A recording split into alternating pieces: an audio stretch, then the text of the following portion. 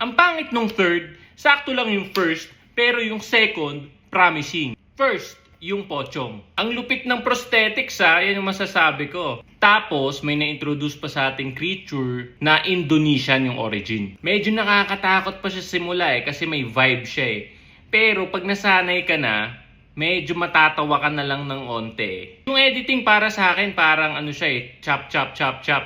Tapos yung storyline, it was going somewhere. Tapos at some point, ba't ganun siya nag-end? Pero yung shot ng ship, maganda tingnan Pero sabi sa akin, AI generated daw. Second, Berbalang. Ito yung cool. Best direction agad from Dodo Dayaw. Napaka-tight ng narrative arc. Napagkasya niya yung kwento na yun as if short film talaga siya. Maganda yung performance overall. Nothing to comment about that. Kaso may part dun sa confrontation na ginamitan pa nila ng CGI. Sana nag-stick na lang sila with prosthetics. Tapos ginamitan na lang nila ng camera work to make it look like the Berbalang was flying. Pero sobrang ganda ng direction ni Dodo Dayaw. Especially doon sa part na sinuot na ni Sanya Lopez yung salamin niya, yung damit niya, tapos yung bolo niya. Kitang-kita mo yung vision.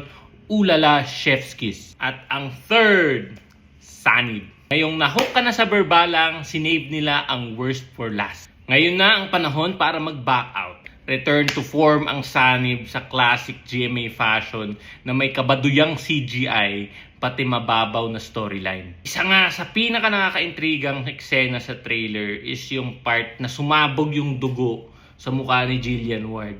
Yun pala, lamang loob lang yun ng pinamalengke, binato sa mukha niya. So parang, Saka for the gabi ng Lagim anniversary, hindi pa ba tayo nagsasawa sa mga Sanib stories? Meron kang taong may pinagdadaanan, sinaniban siya, gagawa siya ng gulo, gagawan siya ng ritual, tapos safe na lahat.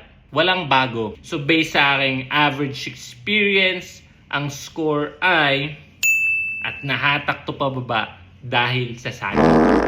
First, yung Pochong. Hoy! Hoy, rinig yan! Hoy!